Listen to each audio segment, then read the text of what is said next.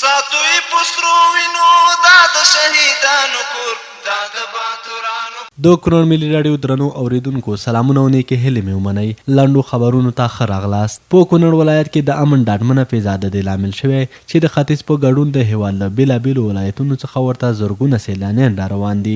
د کونړ امنیه قومندانۍ د امنیت امیر مولوي نعمت الله حمید کونړ ملي راډیو ته وویل د تیرو کلونو په پرتله د کونړ امنیت د ډاډ وړ دی او هر څوک کولی شي د کونړ هرې درې ته ولاړ شي او د طبیعت څخه خوند واخلي. بهرنیو چارو وزارت د روسیې د بهرنیو چارو وزیر سرګي لاروف وروستیو څرګندونو هرکلی کړی دی. تېره ورځ د روسیې د بهرنیو چارو وزیر سرګي لاروف په قزاقستان کې د ډلیز امنیتي تړون سازمان د بهرنیو چارو وزیرانو شورا له ناستې وروسته وویل چې د دې سازمان غړي هیوادونه د اسلامي امارت سره معنا لرونکو خبرو غوښتونکي دي.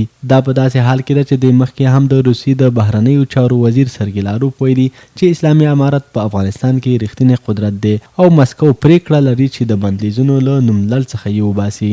د هرات د نشه یي توکو پر وړاندې د مبارزې مدیریت مسؤلین په یاد ولایت کې په تیرو دریو کلونو کې په نشه یي توکو د 10,000 روږدو کسانو د درملنې خبر ورکړی دی. د اطلاعات او کلتور وزیر مولوي خیر الله خیرخوا پکتیا ته په خپل سفر کې د دې ولایت د ځاځي اریوب سپینې شګۍ تفریح پارک څخه لیدنه وکړه.